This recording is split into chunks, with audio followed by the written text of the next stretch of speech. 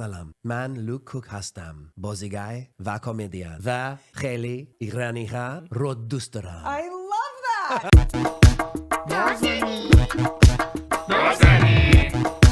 Nazanin Hi, I'm Nazanin. Welcome back to my Mehuni. Today's guest is my favorite Australian actor and favorite Australian person. He made his feature film debut in Guardians of the Galaxy Volume 2. In the same year, he played opposite Al Pacino in the theater production of God Looked Away. You've seen him on your TV screen in HBO Max's award-winning series Hacks, on Dynasty, The Chilling Adventures of Sabrina, Katie Keene, just to name a few. His impressions and character work go viral on a weekly basis, and he passionately uses his platform to share information about healthy living with us so we can all benefit from it in our day-to-day lives. He's hilarious, he's handsome, he's multifaceted artist, Luke Cook. Woo! Luke. I love me. La, la, la, la, la, la, la, la. What is the show called? Mehuni. Mehmuni. With Nazanin. So a Mehuni, let me tell you. A Mehuni is essentially a lively social gathering of family and friends. So anytime we would get together with friends and family on the weekends, it's called a Mehuni. So I want everyone to feel like they're chilling at my house for a Mehuni. I love that. You know, I'm writing a movie about it, Kastagari. A khastagari? Sure.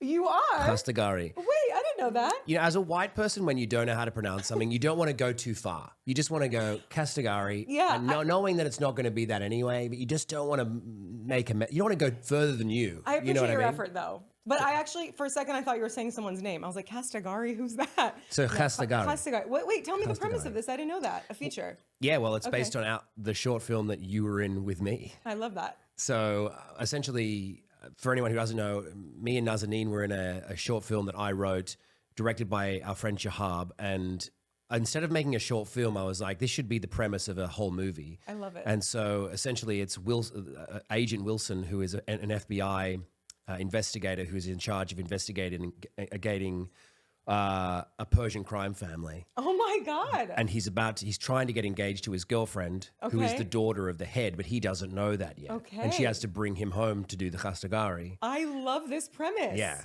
Wait, are you writing it with Shahab? No. Oh. But Shahab's involved in it. Yeah. He probably will, I don't know, he'll almost definitely be in it. We have Yeah. a role for him, Fareed, which was the same character Yeah. he played in the short film that we did. Yes, Luke, I am available. So just putting it out there for everybody. That's really cool. I love that.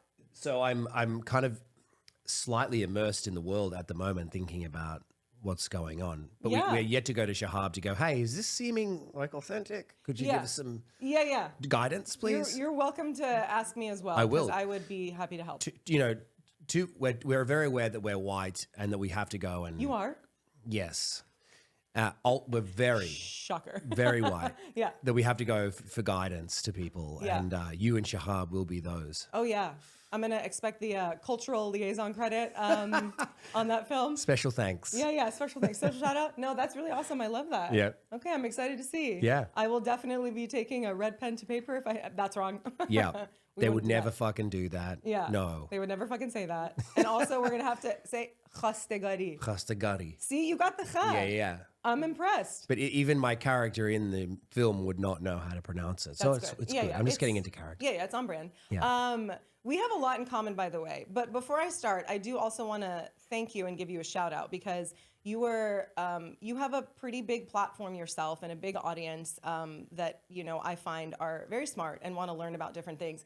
And during the Women Life Freedom uprising in Iran, you gave me a platform to come onto your podcast and inform your audience about what was going on. And I really appreciate that. Oh, it was a pleasure. I really wanted to know more about what was going on, but particularly to hear from you, who I respect, and I think you're really talented and funny and sweet. So I was like, please, this makes total sense for me, and makes total sense for my audience to want to listen to something like this. And you're other. If it wasn't for you, I wouldn't know about any of this stuff. Wow. I think you're the only person who I follow who ever talks about it. So. Yeah. Which is why I also think it's so important for people to use their platforms. I think, I feel like the big people in charge try to make it seem like social media is nothing, which by the way, social media has a lot of pitfalls and downfalls, but it is actually so helpful in spreading the word about movements, just about what's going on in the world so people can stay informed. And, people are watching social media and listening to podcasts to get their information now more so than legacy media, which is a huge thing. Oh, absolutely. Yeah. Like, in fact, one of the things that we saw in the last election was the absolute failure of mainstream media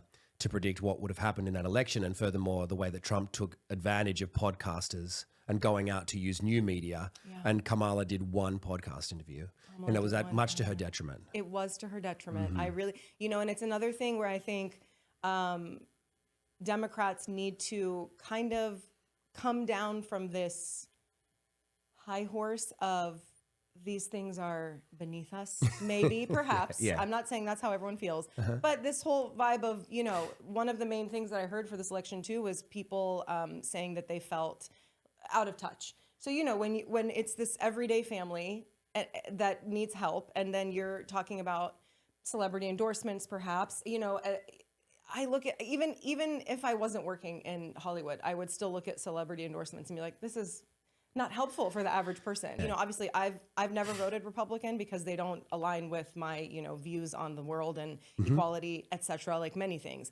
But one thing that they were really good at was at least appearing to be with the everyday person and caring about the everyday person. And so that's one thing that I think the Democrats are really got to get better on. Because Democrats do care about the everyday person. The messaging was just not making it seem that way. Yeah, I mean, I'm an Australian. I'm not a citizen here. I'm unable to vote. But one of my favorite comedians is Theo Von. And watching Donald Trump sit down and listen to this hilarious idiot talk.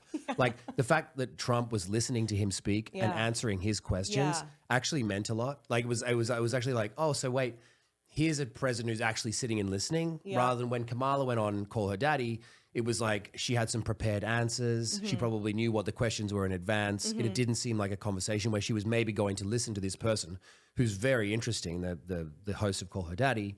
And I think that is important because it has to be a dialogue, not actually let me give you my answers or policies. It's actually like, what do you reckon? Can you tell me about what you think? Yeah. Listening to people. You're saying you think it needed to be more of this relaxed conversation versus let me give you my prepared answers. Yes. It's a tough thing to walk because they needed to get out their policy points, but they also needed to appeal to the everyday person. And clearly, I went and I did a street segment when I was asking people Trump or Harris, and there were some Trump supporters at this Beverly Hills rally, and some of them give these outlandish answers that I knew would, but there were some people that they were tourists from other countries, and they were all saying Trump, and I was just like, I want to know why. Like, what's the messaging that you guys are getting that's making you feel that way? Yeah. And they're like, well, we just think he's going to help the economy, or he's going to help people financially. We think he's better for, they were getting messaging that I personally don't think is true. If it is, great. I hope he comes through for the American people. Yeah. I just have a very negative view of him for, because I grew up here and I lived in New York. So I know the stories. We all heard things way before he even ran for office about the terrible things that he's done. But I'll be the first person to go on camera if he actually does something that helps the Iranian people.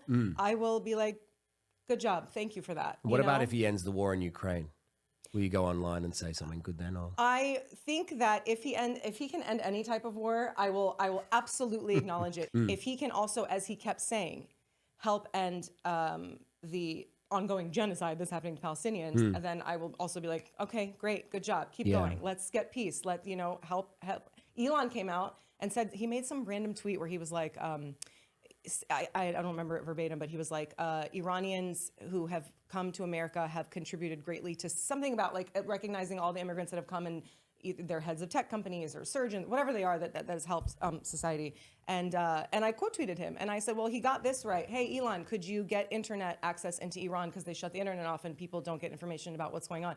Could you also tell your new buddies to help expedite student visas? Because Iranian students get stuck in this process and their visas get delayed because of what's going on with the regime, and they can't, that's another way that they can come thrive and, access freedom. So again, if you can help, I will thank you. Well, Elon put up Starlink in Ukraine, so Ukrainian people can have Wi-Fi. He did, and he was trying to do that in Iran, and there were some Starlink, I don't know what they're called, but that were delivered. I don't even know what they are. Some Starlinks. But what needs to happen is something also needs to get activated to make them work, and I think that's where the trip up happened. But I wanted to ask you a question because it's great to have you on my podcast. Thanks so much for being here. Oh, yeah, thank you so much. But seriously, what do you feel about being an actor and somebody who's involved in, and knows a lot about the political world and speaking your mind on social media? Do you feel any feel any issues with that? Yeah, you mean like negative feelings or? Yeah, do you feel like, maybe I shouldn't speak up about everything or? Well, here's how that works. So because I feel like I've been immersed in the world of politics my entire life. And my friend Tara says this thing where she's like, when you're Iranian, your whole existence is political. Yes. You can't not be political. Our country was taken from us by this Islamic revolution, and this regime has held the people hostage for 45 years. It's the reason why I'm even here sitting with you. I would be in Iran. I would have grown up in Iran. My parents' plan was to come to America in 75 to go to university, get their degrees, and go back. And then 79, when the revolution happened, they were forced to stay because then the war started, and then I was born, and my family in Iran was like, this is no place to raise a girl anymore. So again, I always say just that, I have to speak out. Again, my existence is political, and I've never felt like I shouldn't. I always feel like if I can just inform people, maybe it'll open their minds to like understanding, because I feel like the media has gotten so much wrong about Iran and its people, and has been way more lenient on the regime. I think that's changed a little bit finally because of social media, because now everybody sees that's what the regime does to the people. Versus when we didn't have social media, you would just have to rely on what the state-controlled media they're saying. Yeah. Now, I definitely come under fire from all sides speaking out, and there are times where I get really down because for me, I'm like, I just believe in humanity, and I don't want to see people suffer, and I believe everybody deserves freedom regardless of your race, religion, or creed, or sexual orientation, etc. And so the things that people say when they like rape threats and death and insults and all these things, they come after what you do, how you look, whatever it is. I've grown a really thick skin to that stuff, but I'd be lying if I said some days it makes me be like, yeah, maybe I should shut up. My voice isn't important. So people comment and say mean things to you? Oh, awful things. Really? The worst things that you can imagine. Who are they? Like, what's their what's the background? Some of them are in my own diaspora, unfortunately. So they're the very like kind of ultra right-wing Iranians that believe that, that the only way to free Iran is through their own way. And they don't realize that they're acting exactly like the fascists in power in Iran. They're just on the other side of the spectrum. Right. And so they will, if you do not follow, if you toe the line, or if you don't fall in line exactly, they say you're with the regime, that you're an agent, that then it's all sexual things, rape, death, threats, all that kind of stuff. Yeah. And then of course there's American people that, you say something against Trump, that brings you the exact same type of hate.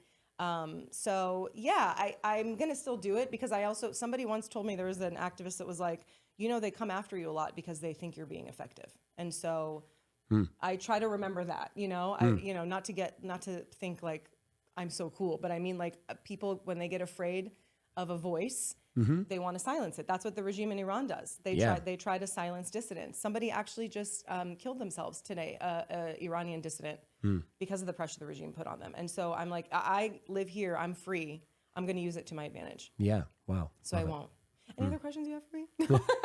No, but we'll see as we go. Yeah. No, that was a great question. But for you too, so you're the youngest of 5 children, and when I read that, I was like, very much makes sense why you're an actor. Because I feel like you have to like clamor for attention. Exactly, and to be heard.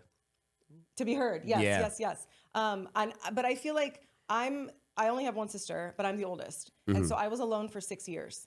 So then for me, it was just kind of like trying to entertain myself in the home, and like I would put shows on for my stuffed animals, and it made me want to make people laugh. And yes. So very similar. Well, totally. I was the last of 5 kids, and the difference between me and the closest to me in age was 8 years. So I was really, essentially, I'm a cousin to my sisters and my brother. Yeah, like I'm a little further removed. And so in the end, they were all married and out of the house when I was going through all of high school. So in many ways, I was an only child, like a little bit like that, like alone, trying to make myself laugh. I'm glad I did it because I think it's made me who I am, just the way it has made you who you are. Totally. Yeah. And when you first moved to LA, was that the first time you'd been in America? No, I moved. I came to be a model when I was 18. I got found to be a model in a gay bar in Sydney. Oh, I love that. And then I came to New York and did like a few months, lost, 11 kilos because I was starving. Oh my God. And then went back to Australia and then came back a year later to do more modeling. I never really did that well. I made some money in Australia and in the Philippines and in Germany, and never really made money here. But I loved coming to New York. It was such a challenge and a crazy, crazy place for a young, New York's like awesome. 18-year-old, 19-year-old Australian. Yeah. But then I knew I wanted to be an actor, so I went home and went to school for acting for a year. I was supposed to go for 2.5 years, but I left early and came to LA with a manager. And I don't know if that was the right decision, but it really doesn't matter anymore. Yeah. Why do you think it might not have been the right decision? I could have probably done a few more years in Australia, finished off my course, for instance, gotten to know casting directors there and gotten some work so that I came over here with credits. Yeah. I came over here with no credits. And it's one of the things about LA is like, well, we don't want to give him a credit because he hasn't got any credits. We don't know if he can do it because he has never done anything. It's like, well, how are you ever going to know if I can do it if I can't get a credit? It's such a catch-22. Yeah. I have a similar thing too. I lived in New York for a few years. I thought, let me start in a smaller market. I'm from the DC area, so I was closer. So I was like, I'm going to go to New York. Plus, I really wanted to live in the city.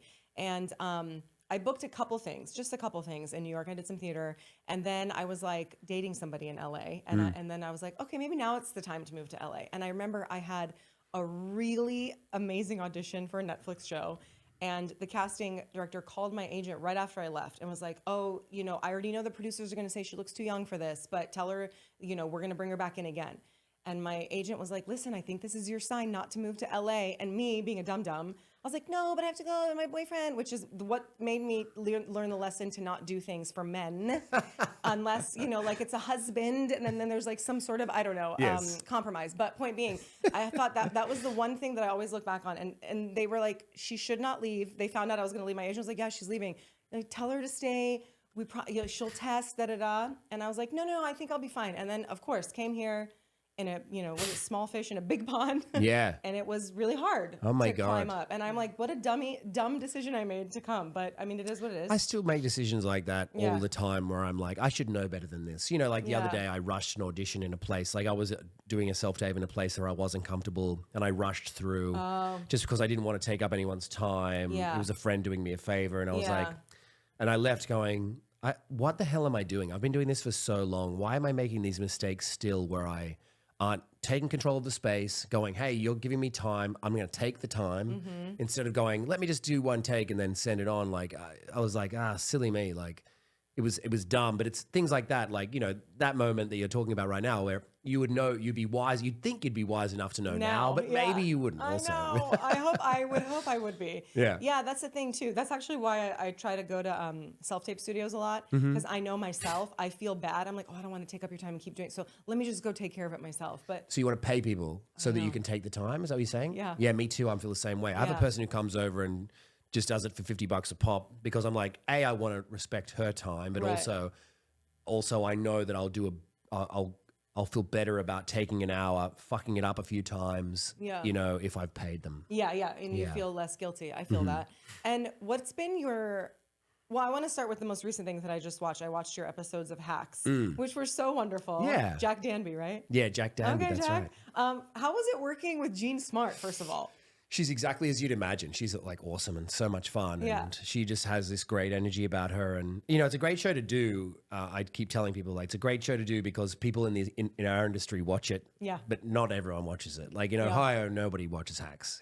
So sometimes I Yeah. say to people, I was in Hacks. And they're like, I don't know what that is. Yeah. What the hell's that? But in our industry, people watch that show. So Yeah. it was a great one to book. And also, like, they're just all brilliant comics. There's everybody involved in that show.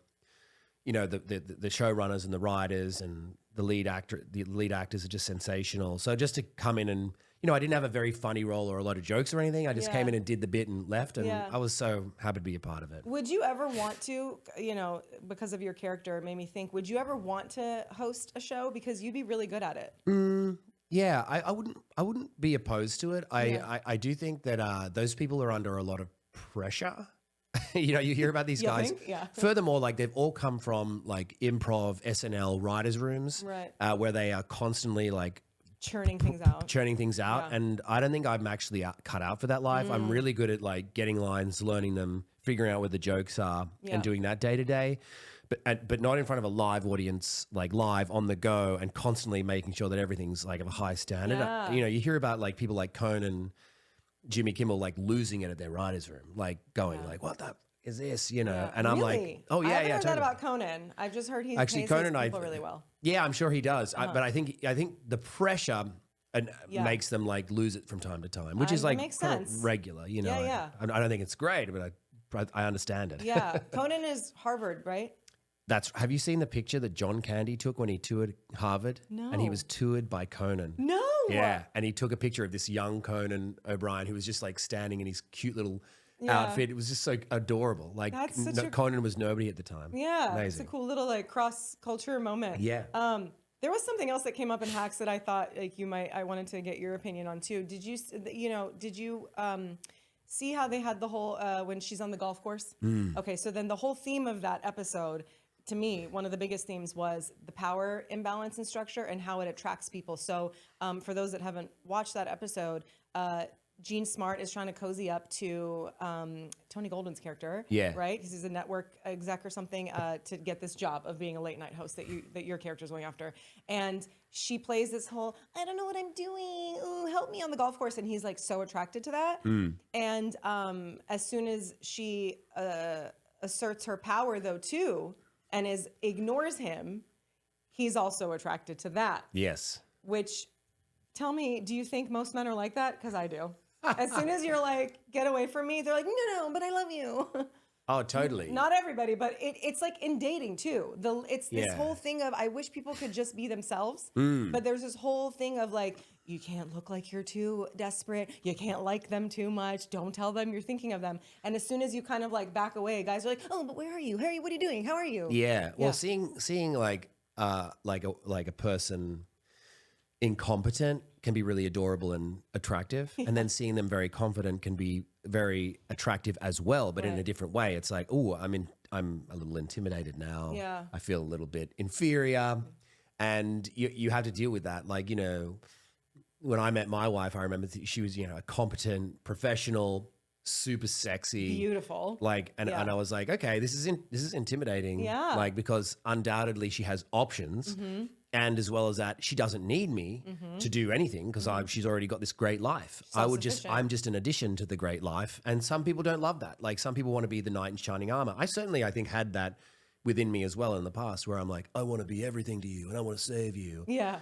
But then you see like, oh, that's not an option here. Let's Yeah. just see how it goes. I heard you say something in an interview about when you met Kara that you felt a lot of anxiety. Where did that come from? Well, I had an anxiety. I'd never had an anxiety attack before. I had multiple when I met Kara. Tell me She why. never saw it. I wouldn't let She her. didn't see it? I couldn't show her. Yeah. It's I had to I've be had cool. them. Yeah. No, you gotta. Yeah, no, but I've had them and they are not pretty. Not pretty. Wow. Yeah. Yeah, really fascinating time. I mean, it was just a great shakeup of my life where I'd found somebody who I really, really did not want to lose. Yeah. And I thought was, almost immediately thought I was going to marry her, and ended up marrying her. Yeah. And it was just, I guess my body just like going, wow, you've got a lot to lose here. Like, you've got something in your hands that you could, if you fuck it up, it's really bad if you fuck it up. Right. You So know. is the pressure of, I sometimes I feel like I can liken that to if I am going to be like leading a show or going out on stage and, Yes. and then I feel like, oh my God, I have such a responsibility right now, and it triggered, and I've never had anxiety attacks until the last few years of my life. Interesting. Yeah. Yeah. But it's that thing. It's what it was is it's like I didn't want her to see who I truly was. Oh. Because I felt like if I showed her my flaws Right. as a person, like in the first few weeks, months, you're like this very porcelain idea of yourself, very Exactly. one-dimensional. Yeah. And you're not really yourself. You're not picking your nose and farting yet. You're not doing any of that stuff. And I was like, if I start to show her those things, those cracks in my armor, my imperfections, she's going to not want to be there anymore, which is a really horrifying place to be because you're on essentially you're on a beam, a little tight, narrow beam, and you're trying to walk it. Yeah. And then I remember breaking down to her once. I was like, I don't know what's going on with me. I'm having these panic attacks. I feel like if you see me, like my flaws, you're not going to want to be with me. And she said to me in the most beautiful Australian way, she just goes, "Shut up, you idiot." And I was like, yeah, I need to marry you. I need to marry you. I love that so much. Yeah. I actually find that when men have shown their vulnerabilities to me, if I'm dating them, even if it is casual dating or a boyfriend, it makes me love them even more. It makes me want to, that nurturing, maternal thing comes out where you're like, or maybe it's feminine thing, not really maternal, or both. But you're just like, oh, and it makes me feel like we're closer because you've trusted me enough to let me see this side. We all have these sides to ourselves. Yes. Nobody is perfect. Nobody has it all together. Even the people that I look up to or that I've looked up to in life, I know that they don't have it all together. And I really appreciate when people are so honest and vulnerable that they let you see those cracks. And that's why I really have always liked you, because I think you're the type of guy that makes women feel safe. You're just like you're not a smarmy LA Australian Hollywood type, but like you're just a good guy. So you're like comfortable for women to be around. That's one. And two, you're just honest. It's really refreshing. There was one moment that you had that I remember I texted you because I really appreciated it during the strike. And you had a TikTok that went viral because you were talking about, everyone was putting this narrative out there like, oh, these Hollywood millionaires striking for more money. I was like, honey, most of us cannot pay our rent. You know what I mean? We need to get another job. And so, and you had this brilliant thing, you broke it down in like less than 2 minutes where you told people, this is how much I made on this. I'm on a billboard right now and I'm having trouble paying my bills. I have 2 kids. I have, and I was like, thank you, Luke Cook, for being a recognizable face who's working that people know. That's like, I'm having trouble, guys. Yeah. What made you want to do that? Well, I just feel I was taught when I first got to LA. Thank you so much, firstly. Yeah. But I was taught when I got to LA, get a nice car that is beyond your means.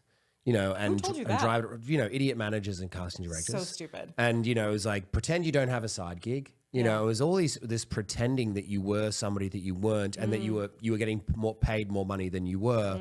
And I was like, this is like a lie. And I'm so sick of this lie. And especially coming out of COVID, I was like, could we cut the crap about like actors making all this money and pretend we have to pretend that like the last few years of this pandemic has been easy for anybody and like we're like swimming in it. We're absolutely not. We're still, I think, coming out of the mental trauma. Absolutely. I mean, we went from pandemic to strike, a 10-month strike. Like it's been hard for actors. It's not been a good time. And now into 2024, of which there's been very few productions, especially in this city. It's a tough time. And I think calling a spade is so important, but particularly like me calling a spade or anyone doing it. But I mean, I've not had a huge amount of success in the business as far as like big leading roles yet. I've mostly been guest stars, and guest stars are paid far, far less than a series regular or a person who's like in the main lead of these shows. They're kind of seen as, okay, we can throw a little bit of money at these guys. We don't have to throw them much. And so you kind of come in and, everyone's like, oh, you're on Hacks. That's great. And then, people ask you, if they want to, like, how's the money? And it's like, look, I've still got multiple other jobs. Yeah. I still drive my Mazda 3. Okay, and you mentioned that in the TikTok. 2010. Yeah. And I still work at Training Mate. I'm up at 5:20 every morning to go and teach a bunch of people in West Hollywood and Studio City. Teach at 5:20 a.m.? 6 a.m. classes, so I wake up at 5:20. Well, you have 2 children, but still. That's right. So I don't know how you do it. But you just keep going. And it's a part of my life that I do enjoy. So that's okay with me. Like it's not about woe is me. It's like I love my life. I don't mind the life that I'm living. But just FYI, like we're not fucking swimming in it. Yeah. And I think somewhere on the internet, if you look up like anyone's name, you could look up your name and go net worth Luke Cook, and somehow it's like gone to IMDb and gone $8 million. And I was like, in what fucking world? Would love to see that. And so people were like, oh, that's the fact. He has $8 million. And it's like, oh my God, you idiots. Anyway, so for actors out there who are struggling, just FYI, it's okay to struggle and it's okay to show that you're struggling, and it's okay to work multiple side gigs. You should hold on to them. Even if you get a great leading role, hold on to that side gig. You just don't know what's going to happen. This is the gig economy. This is the way that it's going to be. I agree with you so much. I have a friend, he's a wonderful actor, Payan Banifaz, and comedian, etc. And he said something too, I can't remember everybody's quotes verbatim today, but he was like, we're a working class This is like a working class, more blue collary style industry that we're in. Yeah. From the gaffers to the editors, so that, you know, everyone's like trying to make it work, and you're not necessarily in this salaried position ever. Absolutely. And those days of network sitcoms and dramas where it's like churning things out and you have this schedule, that's very few and far between. It's just not the same anymore. And I think it's also why it's important for everybody to be honest, because then you actually build that strong community around you of other people that are like, hey, I'm struggling too, actually. And it does make you, I don't revel in anybody's pain, but it makes me feel less alone when I know, oh, Luke Cook is also okay, yeah, that's normal, then that's fine. We're all in the same, oh, my friend is, you know, working X job, even though she was just on this show. Well, you know, it is what it is. And I think there's also this stigma that gets put on it, and it's shameful. And I think it's because most of the world doesn't know how this industry works. And so they assume that if you aren't swimming in money, or you don't have the big house, or you're not constantly working on television, you're not that good. You're not talented. Yeah, It's so shameful right. for you that you have to have another job. I know. So shameful that you need to work up to something. So shameful that you're trying to climb a ladder. Yeah. So shameful that you're working towards something. Right. You know. It's like that thing of they can't understand how the dream works, and because they don't want to, not everybody, but some people, like, people have this like subconscious thing where like maybe they're scared to go after their dreams. So when they see other people do it, and maybe they see somebody stumble doing it, they're like, oh yeah, see, that's why you shouldn't do that stuff. Yes. Why don't you go after something stable? But it's it's good for people to be honest about it. I think so. I mean, I think our industry, like you said, the blue collar thing is so true. Yeah. Guest stars, co-stars, extras, crew workers, we all hold a lot in common. Series regulars who are amazingly talented people, and, you know, once were us, are not really like us. They're not in the same position. But sometimes, you know, I recently booked my first series regular role earlier in the year, and I came back, thank you. And I came back and was like, okay, back to training, mate. You know, back to my job. I got to keep doing it. Got to keep going. You know what that reminds me of too? It's there are people that I've seen make I get this too. You brought up the point of me speaking out. When I speak out politically, a lot of times some people will come use what I do as a thing against me. Like, oh, you're a dumb actor, you shouldn't be talking about this. And also like, oh, you're only doing this because you're a failed actress, you can't get any work, so you need to use your talk about politics or something. Sure. But one thing I always feel proud about too is, though, first of all, not letting other people dictate how you're supposed to feel, because you have to feel how you feel.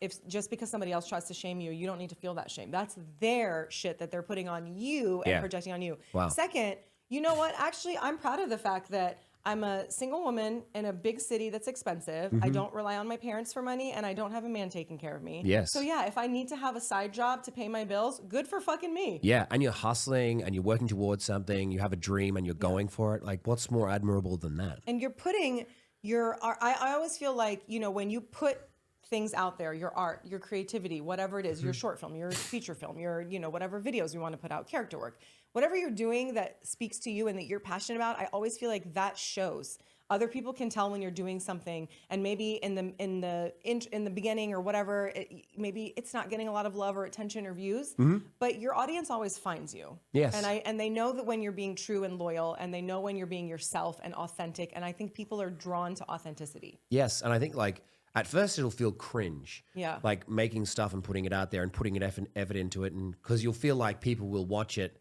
and they'll say something. So they'll say something to themselves. They'll say like, look at how much effort they're putting in. What a lame-o. What a loser. Because I can't believe they're putting effort in. You know, and it's like, okay, see it in 2 years. Yeah. You know, see that effort that I put in now, and then I'll keep putting that effort in, and I'll see what the content looks like in 2 years, the thing that you're looking at and saying, oh, lame-os. And then I'll be like, oh shit, all that effort that they put in actually worked out for them. I mean, it actually like has created somebody who's like an artist, and somebody who can create something out of nothing. You know, I feel it all the time, and you know, I have videos go viral all the time, and I feel like sometimes I edit things and put them out there. I've spent 3 hours on them, and I'm like, and it doesn't do well, and I'm like, how embarrassing that people are seeing something. No. And it's like, but then you just go back and do it again the next day. Yeah. And it's like, next one will work. Yeah. It's okay, next one will work. Yeah. You know, one of the best lessons that I learned from Hacks was I worked with Patton Oswalt for 2 days on the roasts. He's in the roasts episode as himself. And so we'd spent 2 days together, and he off camera was always telling jokes, always like telling jokes to us. Everyone was a comedian there except for me on this stage. And so he was always telling, you know, jokes, and 1 out of 5 of them didn't work. Okay. As in, like, people didn't even polite laugh. Like, and we're talking about our cast, right? Yeah. And the way in which he was just like, then like 30 seconds later, another one. And it was just like, just keep going. Yeah. It's like, fuck it. Oh, you didn't like it? Who cares? Next one's going to be good. Exactly. And it's just like, and I was just like, I love that. You know, don't get down about the one that didn't work. Just fucking keep going. It's like, brush the shoulder off, keep going. Even if people are like, kind of like, ooh, offended, you know, like, that was offensive. It's like, come on, let's just do another one. Yeah. You know? Noted. Yeah. I feel like that's actually a really great metaphor for life. Right. Where it was, well, because you and I did my first cold plunge together. Oh, yes. And I remember as I was doing that, you were like, you have to breathe through it, just get through it. And I was like, yeah, this is actually kind of what everybody tells you, the most successful people tell you about life, or when you're dealing with a bad time or grief. There's no way out but through it. Yes. So I just try to keep that mantra for life. And I think it also happens with when we're being creative. Oh, that didn't hit? Okay, let's do the next thing. That doesn't mean you're bad. You're going to have moments where you're going to think like, oh, this means I'm terrible. I suck. I'm not talented. No, I have those moments a lot. Totally. Especially And sometimes you're right. Yeah. Sometimes you do suck, right? And it's okay. I mean, everyone sucks. Like, it's crazy. Al Pacino, he sucks sometimes. Who? Al Pacino. Oh, Al Pacino. I think you said Gino. Yeah. No, yeah, Al Pacino. Gino. No, Yeah. Al Pacino Yeah. sucks sometimes. Yeah. And it was crazy to watch. Like, it was like, oh, on wow. stage. Not on stage, Yeah. in rehearsal. Oh, in rehearsal. You know, which is just regular shit, right? Yeah. But apparently, like, you go on set with people and you hear about these amazing stories, and everyone I have ever worked with on set, no matter how big, fuck up their lines, like, all the course. fucking time. Yeah. And so it's like all these people that we're like look up to, who think are amazing and must never fuck up or must never be shit. They're shit all the time, Yeah. and they fuck up their lines all the time. So don't worry about it. Like, of course you're going to worry about it because you're a regular person. Yeah. We're all worried about it, and we're all shit, and we all mess up. So it's like, just keep going. Yeah. That's why I like, again, watching, people who are super successful talk about these types of things. I heard Mark Cuban talked about it on a podcast recently when I think somebody asked him, like, do you ever think your ideas are bad? Or do you ever, is there a moment where you, I don't know, doubt yourself? He goes like, yeah, all the time.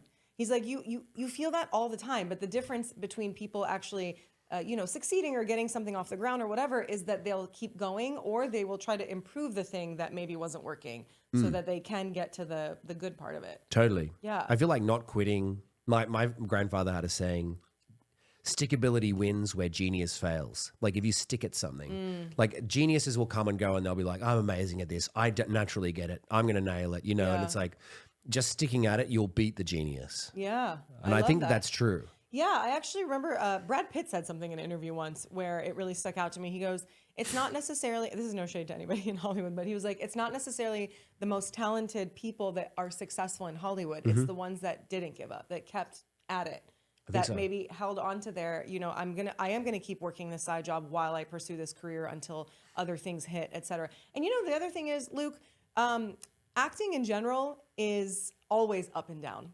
It doesn't matter if my thing has always been, the reason that A-listers survive until the next job is just because of what they've been paid.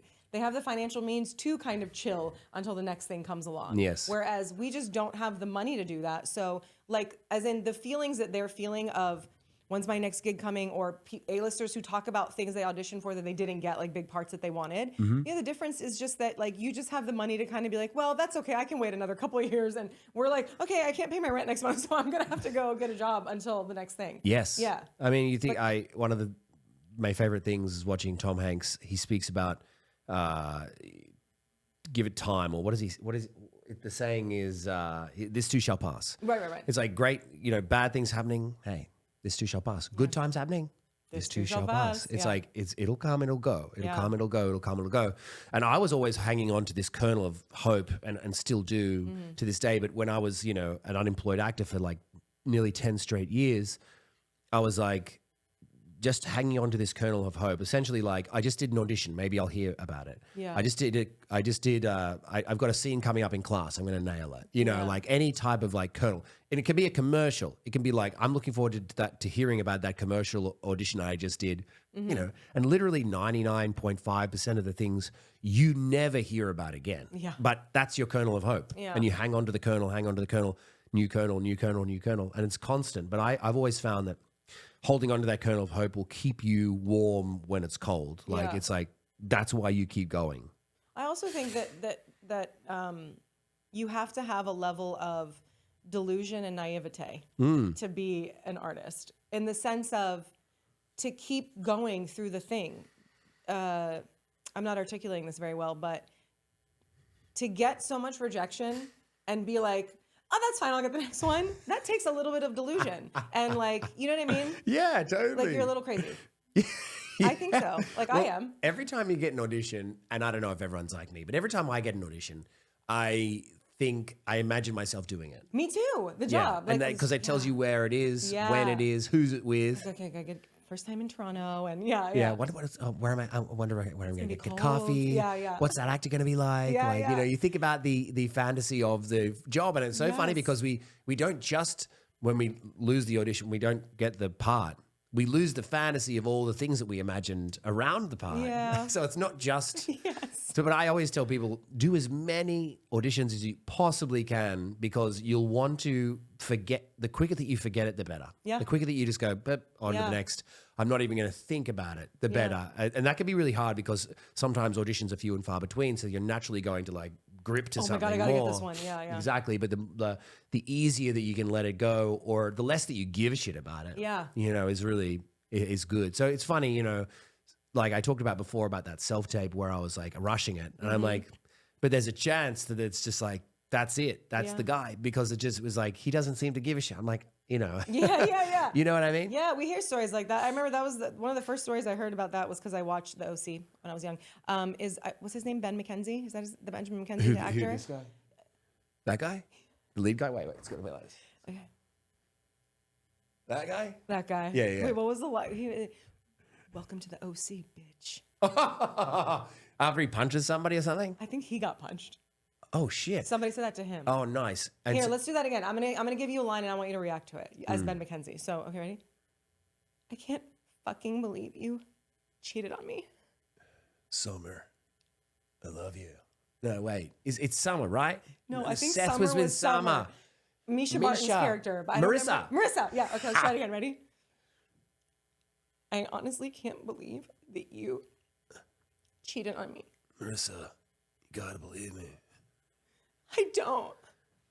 Don't throw your tea in my face. I'm not ready for that. I wouldn't ruin the microphones, but yeah. Is this just regular black tea?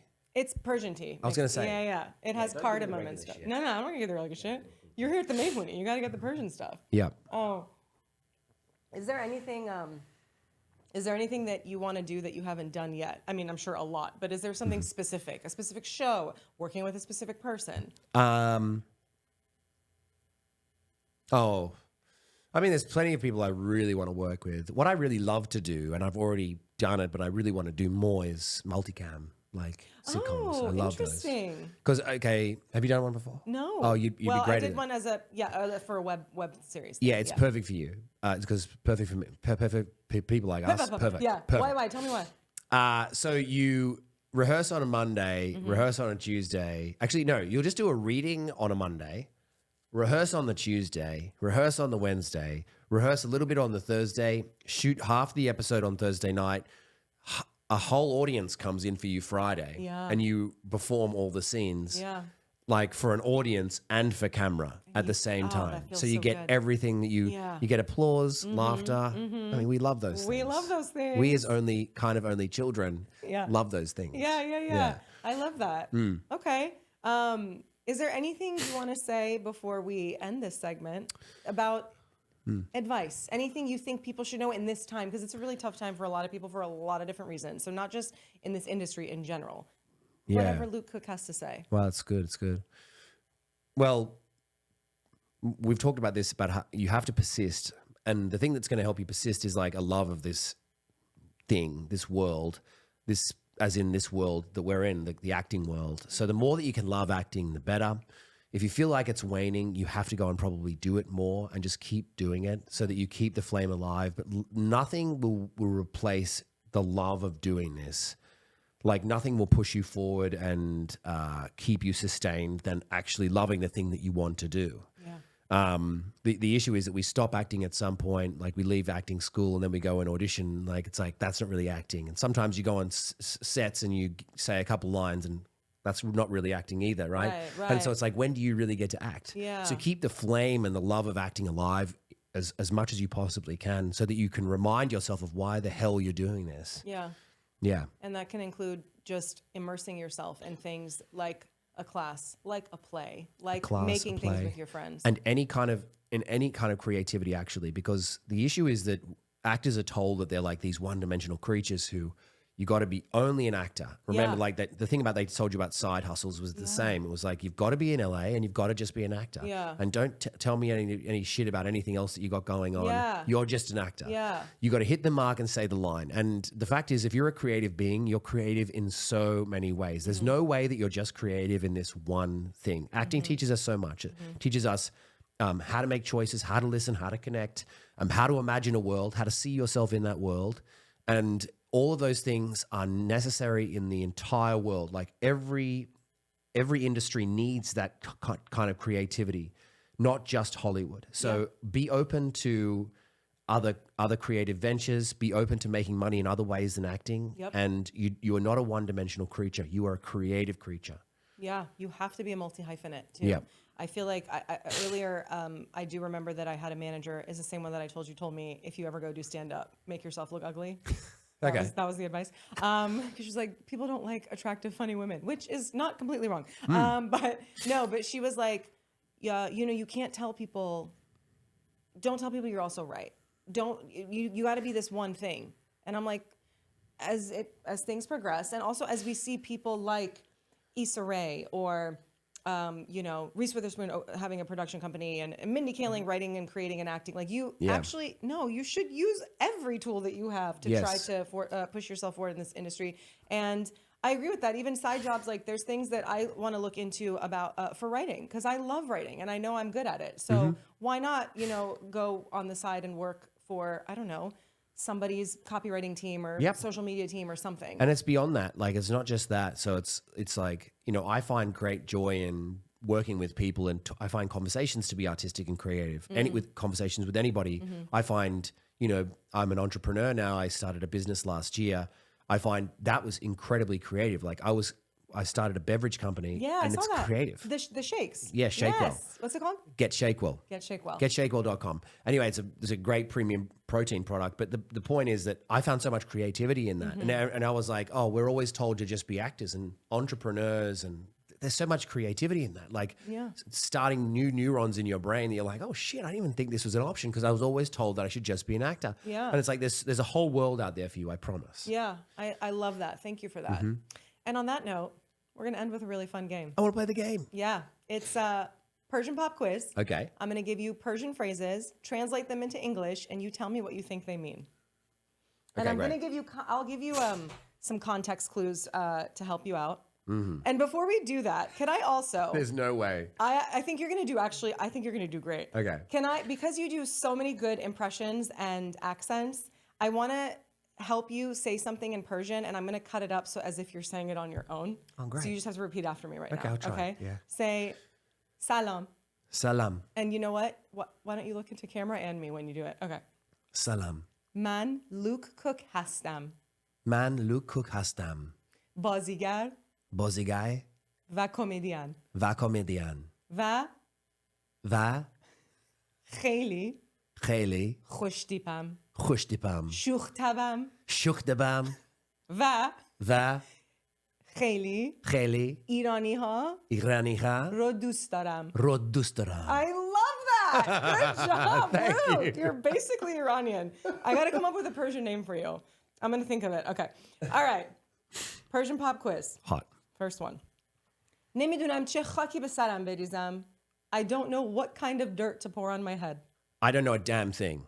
There's not a thing I understand. That's in the right vein. Oh. So it's in the right vein. So it's like if I'm overwhelmed with something and I don't know what to do, I'm going to be like, چه خاکی. I don't know what dirt to pour on my head. Yes. Like I'm I'm running screwed. around like a chicken with his head cut off. Yes. Okay. Good job. Thank you. Yeah. That's good. پدرتو در میارم. I'm going to take your father out. Shit. That's good.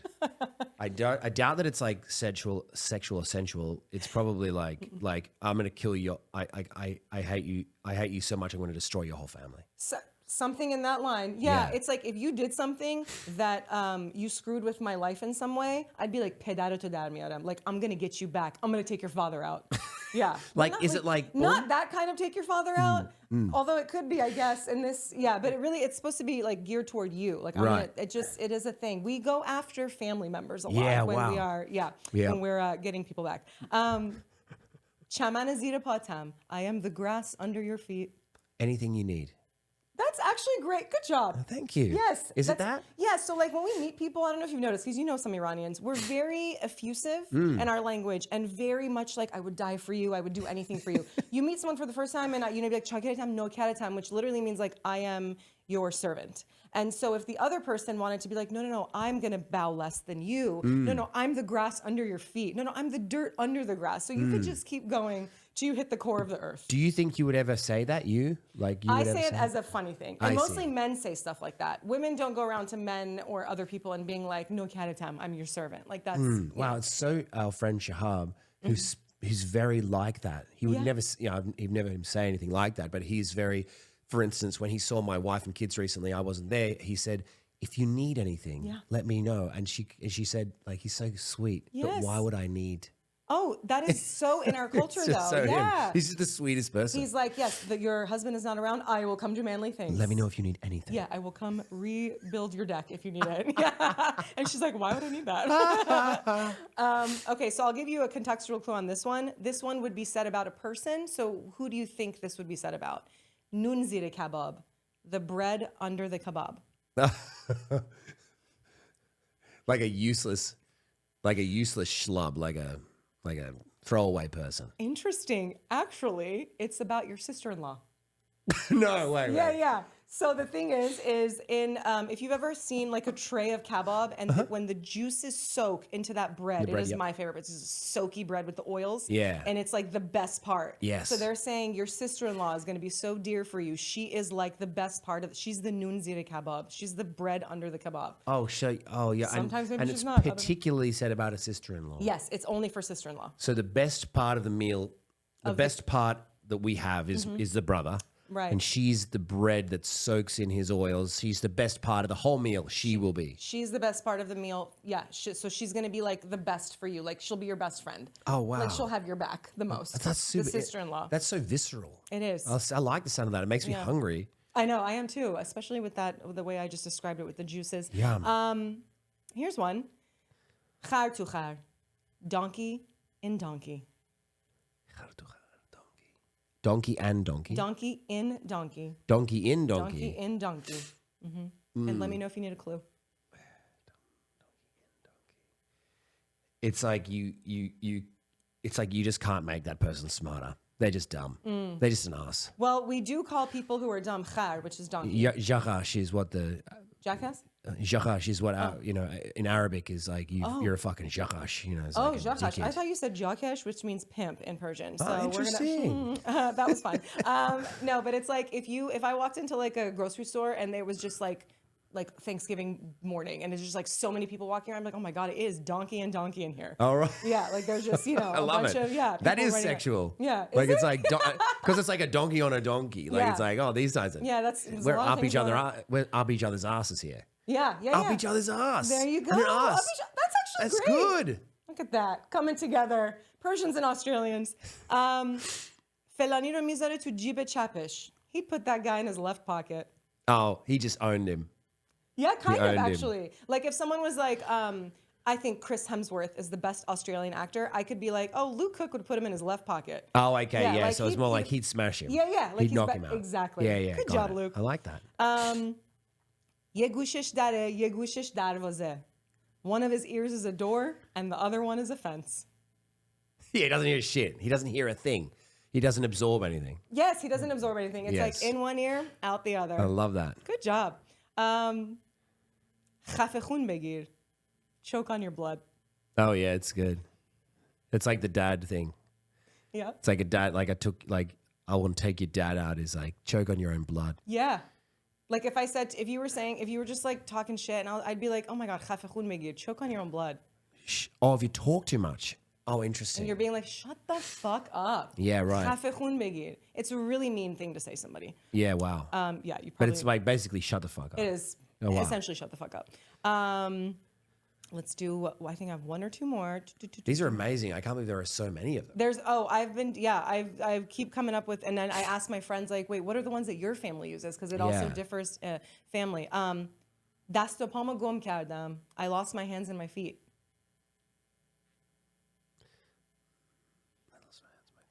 You want me to give you a contextual clue? Yeah. So like, I could be like, oh my God, I was at this party and this really hot guy walked in and he started talking to me and I lost my hands and my feet. You're bamboozled, like you're confused too. Like you're like, oh my God, I didn't know left from right, up from down. Yes. Exactly. Last one. Actually, I have two more. Delamo sabun zadam. I washed my heart with soap. It's wakhidallah. It's like I swear to God, I wash my heart with soap. It's not a swear. Oh, that's interesting. Yeah. No. It's like my heart is pure. I swear to God. Oh, that's a good interpretation. Yeah. No, this one is more like when you wish for something and it didn't happen. If I really wanted a part and I didn't get it, I could be like, oh my God, I washed my heart with soap for that. Like, I just like, I really wanted it and I didn't get it. Interesting. Yeah, that's good. Yeah. I like that. Last one. Sir be piyaz mige chaqad badbui. The garlic is telling the onion, you stink. Ah, yeah, it's pot calling kettle black. Perfect. That's exactly what I had down here, actually, as like an answer. Luke Cook. This is sick. I love wonderful. that. You're wonderful. I'm so happy you came. Thank you so much for your time. I would love to have you back so we can actually elaborate more on everything we spoke about. Yeah. And congratulations on your second child. Thank you. And your new business venture. Thank you. And all the wonderful things that I know are coming. I appreciate it. And, thanks for having me on here. And thanks for holding space for good conversations. And good luck with this podcast. I hope it makes you lots of money. I hope so, too. Yeah. Thank you guys for coming to my Mehmuni with Luke Cook. We'll see you next time. Yay! That was great. Okay, so motorcycle outside.